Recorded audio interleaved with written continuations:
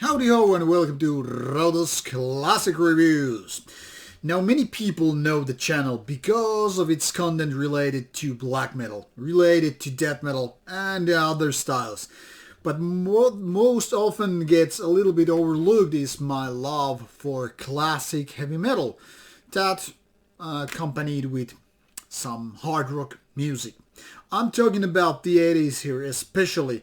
You know, the bands like Mötley Crüe, and of course one of my favorites, W.A.S.P.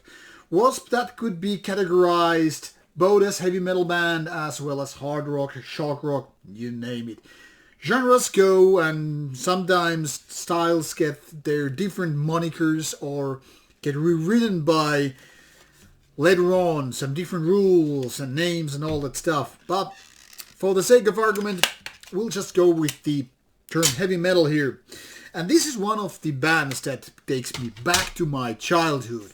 So not only we're talking about, in my opinion, one of those timeless classic albums, but also bands that, well, defined my love for metal music. That is my very first wave of metal music, which started around 1982 maybe.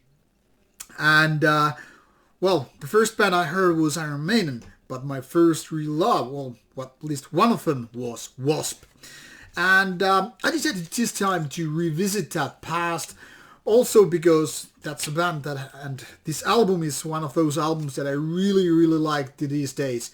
This is one of my 10 out of 10 albums. Yes, indeed, this goes in my books to the same category as, say, Raining Blood by Slayer, or Hammerheart by Bathory, or some other albums, Storms of the Light's Bane by Dissection, and Symbolic by Death. So various styles really get under my skin and in a positive way. Now, can't really say when I purchased this as a CD because, you know, back in the 80s I obviously didn't have CD player. I had tapes, and back in the days they were more like copied ones. So I didn't see all these cool photos. I didn't have vinyl players, so there was no chance for me to see how badass these guys were. Unless it wasn't for videos, you know, music videos back in the days when MTV, music television, actually played music videos. Well, to be honest, we didn't have MTV at home when I was a kid. That came a few years later. So we didn't get to see these kind of badassery photos or music videos and the like. But we had some TV shows, some TV programs that were bringing music videos around the world to Finland as well. And such there was these heavy metal specials which presented bands like Twisted Sister, Bon Jovi, Mötley Crüe, and W.A.S.P. to us to see the music videos. And my man, that was some time when you saw these guys, you know, waving middle fingers, and we were like, how in the earth that guy can do that? He's playing heavy metal, sounding already very dangerous, looking like very dangerous, you know, having those saw blades around the arms, as you can see very much on the cover. So Blackie Lawless was one of those guys who was really a badass guy. And the music, it really resonated with me and my friends. I mean, we were kids, but we had our thing going on for metal. Now, later years, some of my friends pretty much slided away from metal music. They didn't really have the passion which I had for metal music. But my story started back in the 80s, early years, and W.A.S.P. was a key feature in that show. So why to pick this album? I mean, so many band member guys or people listening to W.A.S.P. say it's the first album. That is the most dangerous one of them all. I guess that's kind of a given, that's kind of a granted. And obviously nowadays the pan has gone to Christianity and politics. No, that is also one of the reasons why I think Golgotha from 2015 is the worst W.A.S.P. album ever. But before that, every album is, in my opinion, worth owning. Well, almost everyone. There's only one album which I didn't find that adorable, and it's actually Kill Fact Die. Anyway, most of these albums really resonate me with a lot of passion, a lot of love with heavy metal and the kind of danger, but also those softer parts, the kind of a heavy metal ballads, if you will. Now, as much as I love the first album, W.A.S.P, self-titled one from 1984, my favorite is still The Last Command. And I don't know exactly why. I mean, there could be so many reasons why this album is the one. But I'll try to explain why this is one of the classics in my books. Now, this starts with a song that is, well, pretty much almost as known as I Wanna Be Somebody from the debut album, Wild Child. It's very, very catchy. And nowadays, one could say it's kind of a cheesy. You know, the lyrics are cheesy indeed. But there is something really, really catchy. Not only with the chorus parts, but you know how the melodies go, how the flow of the singing goes. And that alone is one of those reasons why I just like, I get goosebumps listening to that. Well, usually. And then it goes, you know, different directions after that. You have songs like these really strong ones such as Ball Crushers or Fistful of Diamonds. Not to mention Widowmaker, yet another catchy radio tune in a way. So at the same time it's catchy and very, very mainstream-like heavy metal, but it also has this kind of a level of danger, if you will.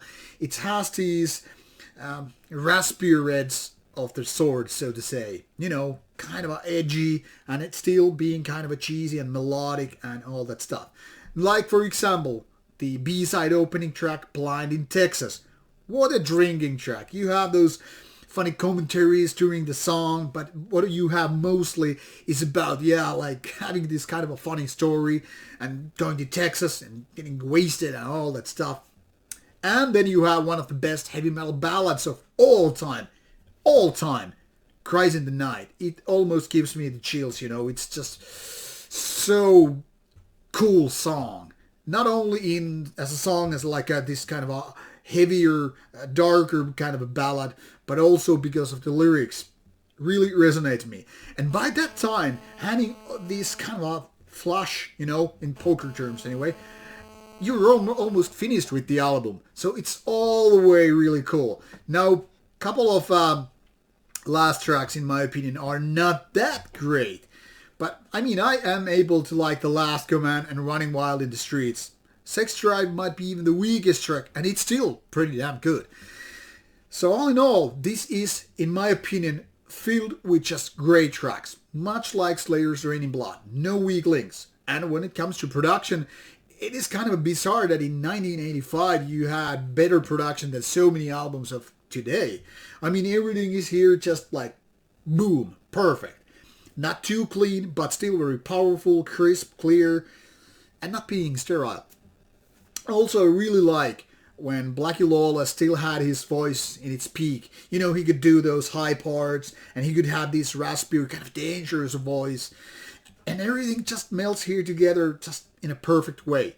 So, in my opinion, there might be another perfect album, but there are albums that are pretty goddamn close to it. And in my books, The Last Command is one of those albums. I mean, it totally resonates me. It takes me back in time, but at the same time, it also feels very timeless. So it doesn't matter if it's 2021 or back in the mid-80s when I was listening to this for the first time or seeing these videos. It feels like I'm going in places with this one. It is taking me on a journey that has taken me through heavy metal for decades. And I love this album. Just before this video, I gave it once again a listening, so it would be just kind of like filling me with some possibly fresh ideas. But instead of fresh ideas, I ended up smiling to myself in a very content way, like, how is this album so goddamn good? It's as if I'm melding. It's like the perfect dinner, so to speak, in a musical sense, and I'm just fucking loving it. So once again, people who think that I'm only listening to black metal or death metal, they need to understand that for so many people in extreme metal, we have our roots in various places. So instead of just copying everything that whatever Bathory or Burzum or Darkthrone did, we have these roots. And I know that I'm not the only one. There are lots of people prominent in black metal bands and so forth who also enjoy their roots beyond the extreme metal, who actually enjoy this brilliant songwriting, one could even say genius level of songwriting in heavy metal, and who get that energy flowing, and by that, in a way, they kind of take some parts of that heritage to their more extreme ways of doing music, metal especially. So in case you're one of those metalheads, maybe younger generation who just, after your baby days were over, you just started listening to some modern black metal and maybe missed some of these gems from the 80s. I would like to see you or hear your comments listening to these kind of albums. Maybe they might sound way too cheesy or has-been kind of a bands. I don't know. But in my opinion, albums such as this are something that we should listen to. We should learn through them and understand what kind of impact they made for us, the generation that was born in the 70s. Obviously, different folks and different generations have their own things. For some people, it's older. For some people, it's Black Sabbath. For some people, it's something even before that. But when it comes to metal, this is my childhood, and this is something that always makes me go to a very good mood. Really, really brilliant album, which I truly like, and I'm ready to take it to the grave. Now, this is today's or this month's classic. Have a fine May, and please listen to some W.A.S.P.